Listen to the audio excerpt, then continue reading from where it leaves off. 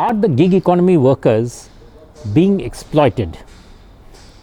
It's a difficult ask, but just before getting there, also think of something about why many Indian cities like Delhi suffer from heavy pollution. Why is it that a New Year or any other event leads to long, cruel traffic jams on the road? All of these are related questions, and that is what we shall discuss in this edition of On Point this New Year. As a maverick observer of the Indian economy, I like to take these journeys with you, but it gives me a great pleasure if you really get to know when a new episode is up. And to do that, just press on the bell icon.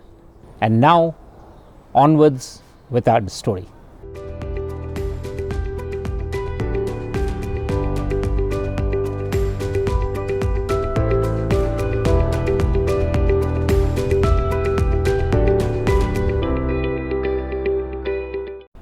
Do you remember some time ago there was that massive campaign against tipping at the restaurants?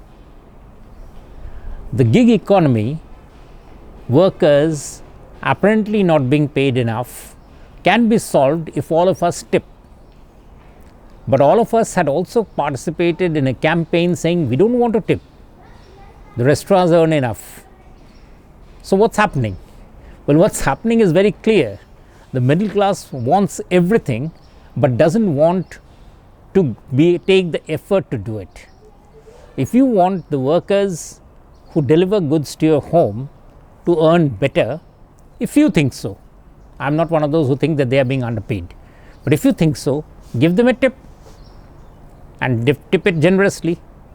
But then don't run a campaign saying tipping is bad, because there are other brothers of the same workers who are working in restaurants, who are working at other places, and you are very conscious that you won't want to tip.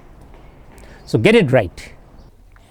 As this brilliant mapping by Anup Bhatt, available on Twitter, shows that it is the concentration of dark spots, basically the stores, near the delivery point, which is ensuring faster delivery. So people are obviously missing the wood for the trees. And that's my theme in this New Year's morning, that most of the challenges that we face, whether of gig economy, whether of pollution, whether of transportation bottlenecks, are essentially those that we create. It's not government led, and we have to find a solution by looking into ourselves. Now this is a difficult challenge, but this is something that we got to face. And one of those ways of looking into those challenges is to make our municipal administrations be more responsive. We have all been very avidly looking at the New York mayor being sworn in, and he has promised lots of things in New York. Trust me, there is not a single mayor in India who has got even 5% of the powers that the New York mayor has. Why? Because we have centralized all the decision making powers with the central government. A very good example, again, the gig economy. There are lots of people writing massive amount about how states should get more power. Yet at the same time, on a clear labor issue, they want the center to pass laws.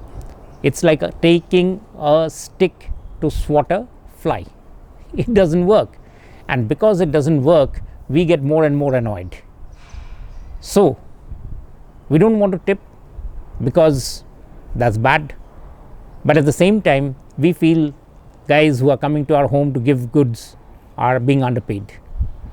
We don't want to make our municipal administration smarter, stronger, more efficient, and we want the central government to do it, and yet we will complain that the states do not have the power, or there is centralization of powers. What's happening? Well, what's clearly happening is that we have got our priorities muddled up. We are not asking and answering the right questions. And that is why we are getting into problems all over.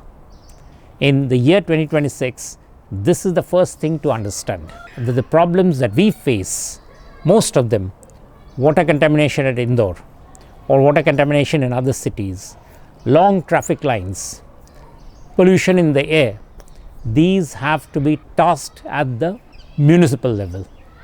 If we are willing not to sit with the municipalities, if we don't work with the municipalities, we will not get a solution for those.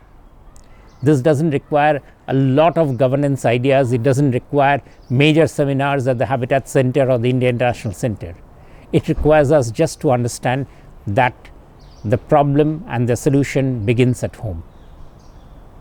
The gig economy workers, incidentally, are being taken care of. The company reports, forget about the company reports, the NCR report here that you can see shows that they've got accident and health insurance. There can be more, but as I said, the more starts by us doing at the municipal level. Most of us don't even vote at the municipal elections.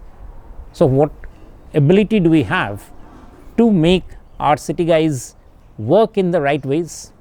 We don't. Essentially, problems that can be solved nearby have been asked to be solved at the central level. Before we end, a major example from my area that I had looked at for many years, the energy economy, mostly coal economy. In 1947, the first law that was passed by independent India's parliament was the Coal Miners Provident Fund Act. Coal mining was dangerous, but coal workers were getting salaries much more than what they would get at the farm, which is why coal workers were coming to the mines. But independent India's government decided that this is a risky business, so instead of sorting out the risky business as central governments do, they prohibited all coal mines from the private sector. Yes, by 1956, no private company could open a coal mine. And we rushed into a first-class coal shortage that has afflicted us till today. And what happened to the coal economy? Well, go and ask in eastern India, the labor surplus area. It has never ever recovered from the hit that we administered to the coal economy. Our misplaced enthusiasm for labor led us to a first-class energy crisis. So remember this lesson before we start asking for something which is absurd. And that's all from this edition of On Point. Have a great 2026. For a detailed description of what we discussed here, please visit my Substack. The link is in the description below. Thank you.